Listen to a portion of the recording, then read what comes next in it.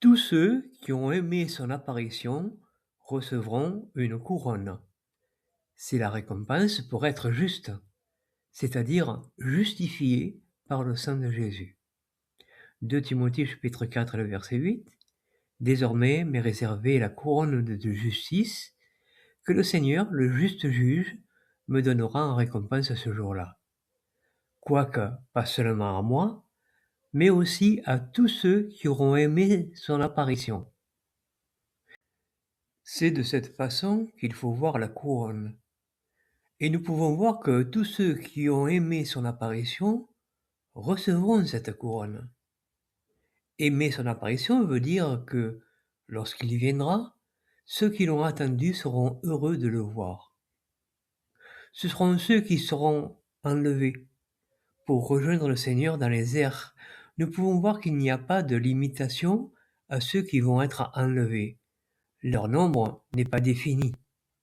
Révélation chapitre 5 et le verset 10. Et tu as fait d'eux un royaume et des prêtres pour notre Dieu, et ils doivent être rois et gouverner la terre. C'est la couronne de justice qui régnera. Nous comprenons donc que ceux qui seront enlevés recevront cette couronne, et ils régneront sur la terre. Dans ce sens que la nouvelle Jérusalem descendra sur la terre, et seront rois sur les ressuscités qui devront faire leur preuve. Ce suivi est important parce qu'il montre que ceux qui seront enlevés recevront une récompense. Et ici, il nous est parlé d'une couronne.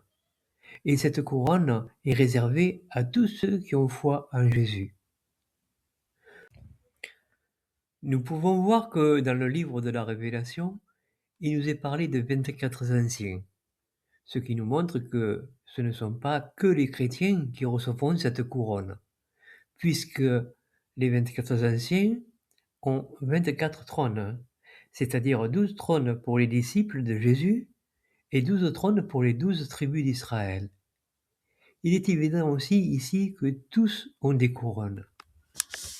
En fait, c'est tout le peuple de Dieu qui est concerné, car à la récompense de la foi, c'est aussi recevoir une couronne.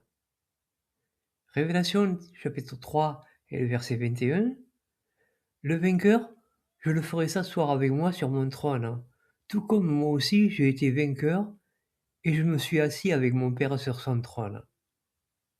Quand Jésus dit le vainqueur, il pense à tous les vainqueurs, tous ceux qui ont fait comme lui. Il ne laisse personne de côté. Il y a bien d'autres points qui montrent que tout le monde est invité à recevoir une couronne. Mais bien sûr, pour recevoir cette couronne, il faut avoir la foi, la vraie foi. C'est le laisser-passer pour entrer dans la nouvelle Jérusalem.